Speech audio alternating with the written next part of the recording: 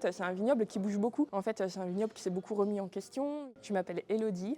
Je suis chef de cave au château Bellevue à Villiers-Morgon. On est en Beaujolais. Donc aujourd'hui, on est à Beaujotech. Beaujotech, c'est une rencontre technique avec les professionnels de la filière vitivinicole.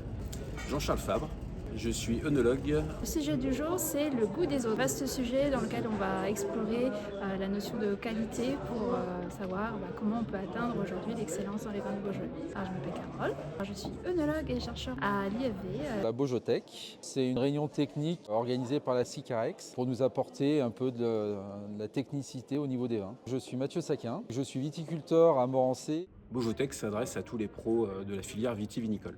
Il y a principalement des vignerons, viticulteurs, voilà, ou des caves coopératives également, un peu tous les acteurs de la vigne et du vin en Beaujolais. Leur intérêt, c'est pour prendre de l'information et avoir des solutions. C'est d'avoir des idées et puis surtout peut-être de la technicité qu'on n'a pas forcément en restant seul chez soi. Alors la recherche, ça nous permet d'anticiper sur les grands défis qui nous attendent, les défis climatiques, les défis liés à l'évolution de la société. C'est une chance d'avoir des chercheurs qui vont chercher et trouver des solutions. Il y a des essais sur des filets anti-grêle, des cépages résistants ou tout un tas d'autres choses sur des techniques viticoles ou alors œnologiques, comme la vinification sans sulfite, et qui s'appuie derrière sur des analyses sensorielles avec un joli pôle de dégustation à Villefranche. C'est des vrais retours d'expérience de leur part, puisqu'ils mènent des expérimentations dans la région, à quelques kilomètres de nos caves. C'est hyper intéressant de faire de la recherche sur quelque chose qui nous concerne pleinement.